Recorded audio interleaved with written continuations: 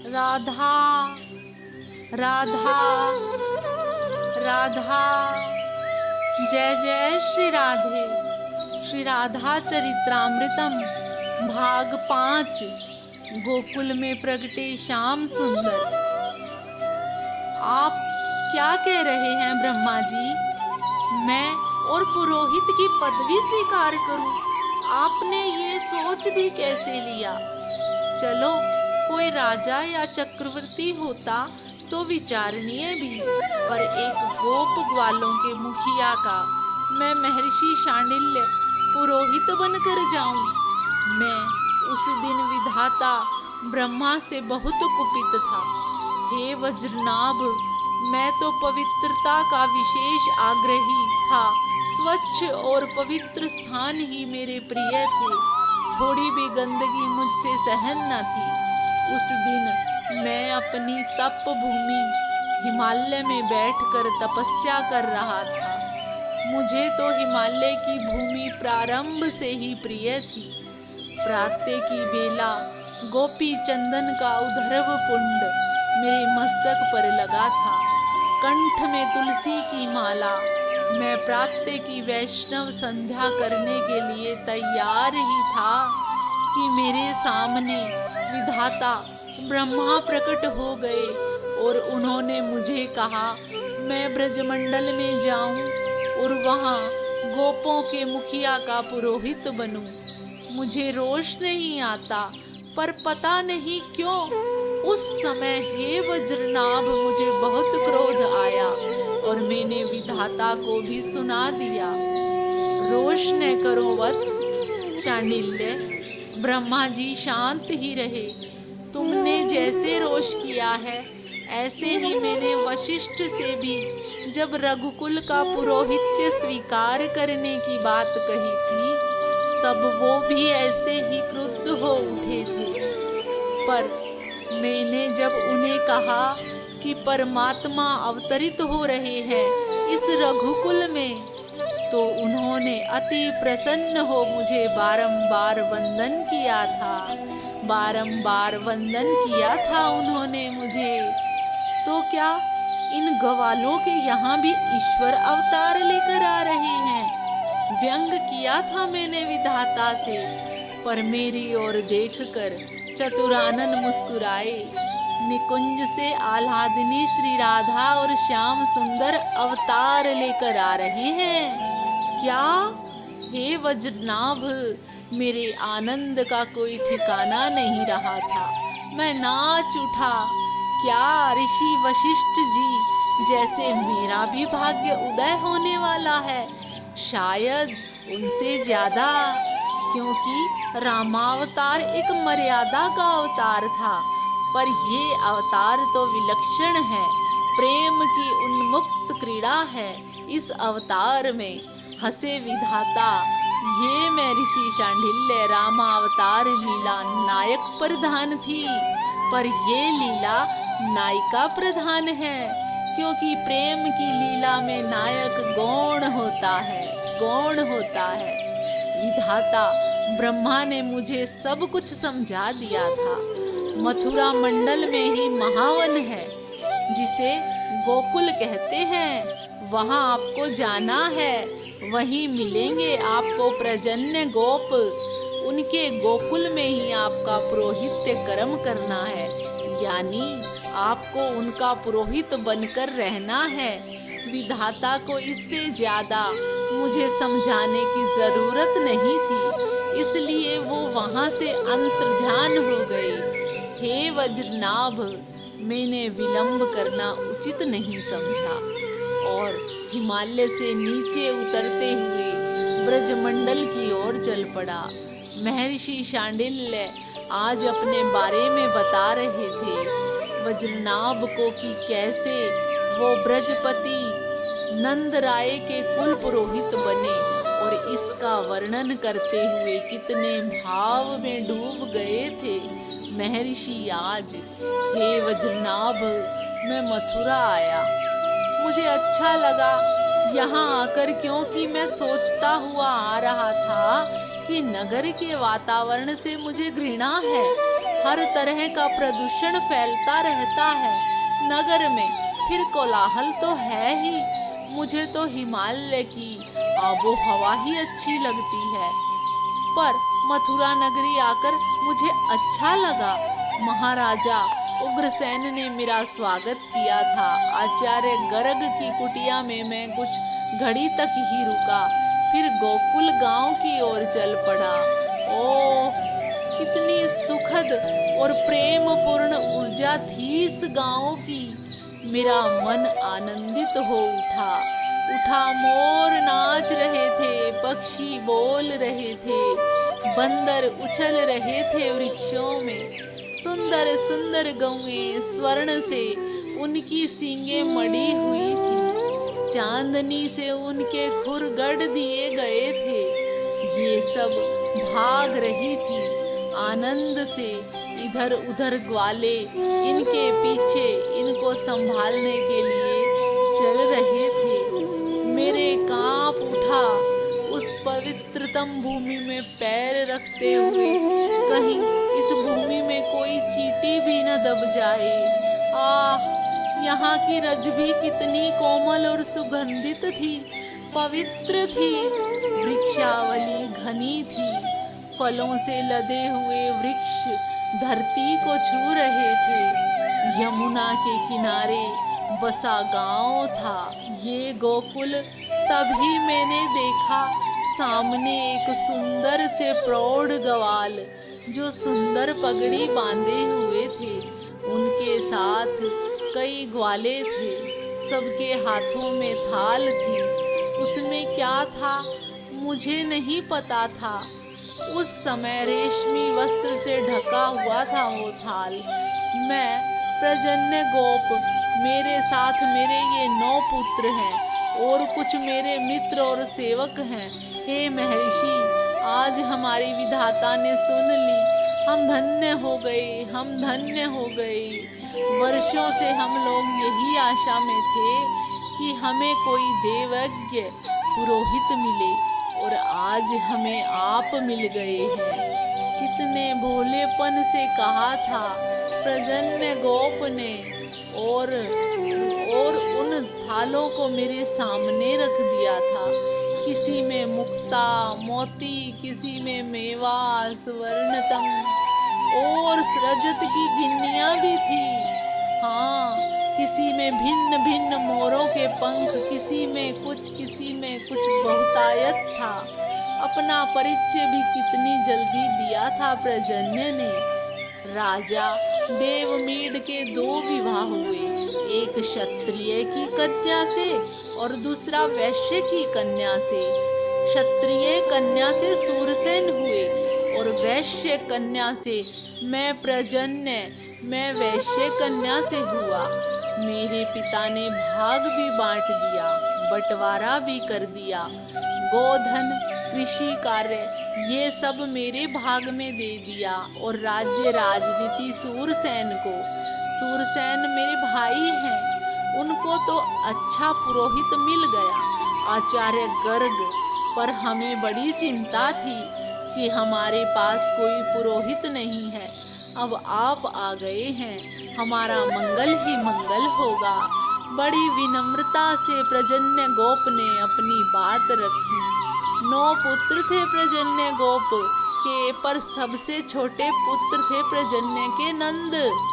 मैंने उन्हें ही देखा था, 5 वर्ष के थे वो, पर सबसे तेजवान, मुस्कुराहट बहुत अच्छी थी। सबने मेरे पद छुए। गोकुल गांव के लोग कितने भोले भाले थे। ओहो, सब मेरा ही ख्याल रखते थे। समय बीतने में क्या देरी लगती है।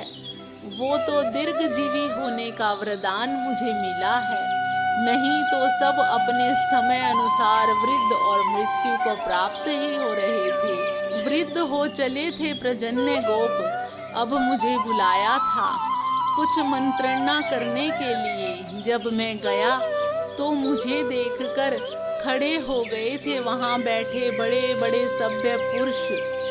ये हमारे प्रिय मित्र हैं महीभान। प्रजन्य ने परिचय कराया। ये बरसाने के अधिपति हैं और ये मेरा पुत्र वृषभान। महीभान कितने सरल और मृदु थे और ये इनके पुत्र। मैंने देखा तेज इतना था वृषभान के मुखमंडल में कि मुझसे भी नहीं देखा गया। मैं स्तब्ध था उस बालक को देखते हुए। हे महर्षि, आपको कष्ट देने का कारण ये है कि मैं अब चाहता हूँ मेरे छोटे पुत्र जो नंद हैं, इनको मैं अपनी पगड़ी दे दूँ। और आप, मैंने पूछा था, हम तो जा ही रहे हैं भजन करने बद्रीनाथ। हम दोनों मित्र जा रहे हैं और ये भी अपने पुत्र वृषभान को बरसाने का भार सौंप रहे हैं। कंधे में हाथ रखते हुए महीभान के प्रजन्य ने कहा था, कुशलता से जो कार्यभार को संभाल सके उसे ही गद्दी दी जानी चाहिए। ये अच्छी सोच थी प्रजन्य की। नंद गोप कुशल थे, गांव वाले भी इनकी बात का आदर करते थे। नेतृत्व क्षमता थी नंद गोप में। इनका विवाह हुआ यशोदा नामक कन्या से जो बहुत भोली थी और निरंतर अतिथि सेवा में ही लगी रहती थी। उस दिन प्रजन्य गोप ने अपनी पगड़ी पहनाई थी नंद को। सब आए थे, राजा सूरसेन के साथ वसुदेव भी आए थे, महीभान के साथ वृषभान भी। बरसाने से विशेष मणि माणिक्य से सजी हुई मोर पंख की कलगी लगाए हुई पगड़ी लेकर आए थे और अपने ही हाथों अपने प्रिय मित्र नंद को पहनाया था वृषभान ने। ब्रजपति बन गए आप मेरे मित्र। वृषभान ने अपने हृदय से लगा लिया था नंद को। ब्रजरानी हो गई वृषभान। आज अपनी पत्नी को भी ले आए थे। कीर्ति रानी को वही यशोदा के गले लगते हुए बोली थी, आप भी कुछ भी कहती हो, भोली बहुत है ब्रजरानी यशोदा। काल की गति तो चलती ही रहती है। हे वज्रनाभ, मैं निष्काम भक्ति का आचार्य हूँ। निष्काम भक्ति ही सर्वोपरि है, यही मेरा सिद्धांत है। मैं इसी सिद्धांत का प्रचारक हूँ। पर क्या हो गया था मुझे उन दिनों? मैं भी कामना कर उठा था भगवान नारायण से नंद गोप के पुत्र हो। अब मुझे हंसी आती है सनातन गोपाल मंत्र के। मैंने कितने अनुष्ठान स्वयं किए थे। मेरी हर समय यही प्रार्थना होती थी भगवान नारायण से कि नंद के पुत्र हो। मेरे साथ संपूर्ण गोकुलवासी भी इसी अनुष्ठान में लगे रहते थे कि उनके नंद राय के घर पुत्र का जन्म हो। जिस कामना के करने से श्याम सुंदर पधारे, वो कामना तो निष्काम से भी श्रेष्ठ है ना वज्रनाभ? पर नंद राय और यशोदा बहुत प्रसन्न थे। उस दिन मुझे प्रणाम किया। जब मैंने उनकी प्रसन्नता का कारण पूछा तो उन्होंने बताया कि बरसाने के अधिपति वृषभान के यहाँ एक सुंदर बालक का जन्म हुआ है। हम वहीं जा रहे थे। दूसरों के सुख में सुखी होना ही सबसे बड़ी बात है। वज्रनाभ, मैं देखता रहा था इन दोनों दंपतियों को। बरसाने चले गए, वहां जाकर खूब नाचे कूदे और बालक का नाम भी रख दिया श्री दामा।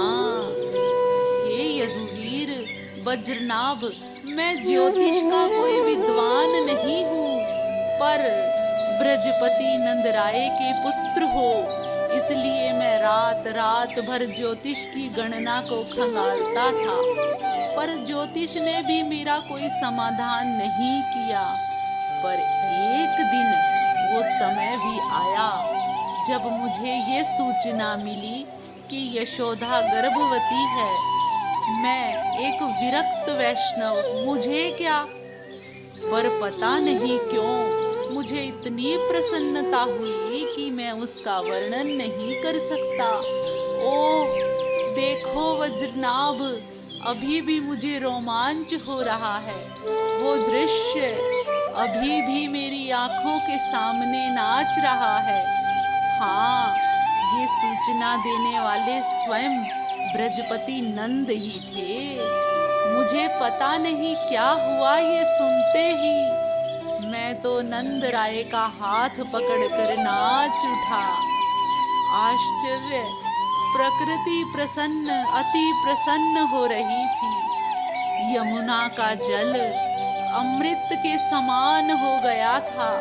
सुगंधित जल प्रभावित होने लगा था। यमुना में मोरों की संख्या बढ़ रही थी। तोता, कोयल ये सब गान करते थे। किसी को पता नहीं क्या होने वाला है। पुत्र ही होगा, मेरे मुख से बार बार निकलता था, यही निकलता था। पर ज्योतिषीय गणना कह रही थी कि पुत्री होगी, पर मेरा मन नहीं मान रहा था। ब्राह्मणों को बुलवाया। मेरे ही कहने पर नंद राय ने बुलवाया। मैंने विप्रों से मंत्र जाप करने की प्रार्थना की। नित्य सनातन गोपाल मंत्र से सहस्त्र आहुति दी जाती थी। पूरा गोकुल गांव आकर बैठता था। बेचारे मंत्र को तो समझते नहीं थे, बस हाथ जोड़कर आंखें बंद करके एक ही बात कहते थे कि नंद के पुत्र हो, नंद के पुत्र हो। अब हंसी आती है। मुझे मेरे मंत्र या यज्ञ अनुष्ठान से श्याम सुंदर थोड़े ही आते। वो तो आए इन भोले भाले ब्रजवासियों की भोली प्रार्थना से, प्रेम की पुकार से। वो दिन भी आया। भादों कृष्ण अष्टमी की रात्रिवार, बुधवार, नक्षत्र रोहिणी। किसी को पता नहीं चला कि अब क्या हो गया। मेरे पास में ब्रह्म मुहूर्त के समय आए थे नंद राय। गुरुदेव, गुरुदेव बाहर जोर जोर से बोले जा रहे थे। मैं अपने भजन में लीन था, पर मेरा मन आज शांत नहीं था। उत्साह और उत्सव से भर गया था। मैं उठा, मैंने अपनी माला झोली में रख दी। बाहर आया, मैंने देखा और पूछा, अरे क्या हुआ? मैंने नंद राय से पूछा, गुरुदेव आपका अनुष्ठान पूरा हो गया, आपकी कृपा बरस गई गुरुदेव, आपकी कृपा बरस गई। आपने हम सबको धन्य कर दिया, बोले जा रहे थे नंद। पर हुआ क्या? मैं हंसा। साथ में कई ग्वाले थे, वो बताने जा रहे थे, पर नंद राय ने रोक दिया। ये सूचना मैं ही दूंगा गुरुदेव को। अरे हाँ हाँ, आप ही दो, पर शीघ्र बताओ। ब्रजराज, मैंने कहा। गुरुदेव, गिर गए मेरे पग में नंद। मेरे यहाँ एक नीलमणि सा सुंदर, अत्यंत सुंदर बालक का जन्म हुआ है। नंद राय इससे आगे बोल न सके। आनंद के कारण उनकी वाणी अवरुद्ध हो गई। उनके आनंद अश्रु बह चले थे नेत्रों से। क्या? मैंने उछलते हुए ब्रजराज को पकड़ा। वो बार बार मेरे पैरों में गिर रहे थे। मैंने जबरदस्ती उन्हें उठाया और उनके हाथों को पकड़ मैं स्वयं नाच उठा। हम दोनों नाच रहे थे। ऊपर से देवों ने पुष्प बरसाने शुरू किए। हमारे ऊपर फूल बरस रहे थे। हमारे आसपास सब ग्वाले इकट्ठे हो गए और सब बड़े जोर जोर से गा रहे थे, नंद के आनंद भयो जय कन्हैया लाल की, नंद के आनंद भयो जय कन्हैया लाल की। हे वज्रनाभ, मैं उस उत्सव का वर्णन नहीं कर सकता। वो आनंद शब्दातीत है। इतना कहकर महर्षि शांडिल्य प्रेम समाधि में चले गए थे। जय जय श्री राधे, जय जय श्री राधे। राधा राधा राधा श्री राधा।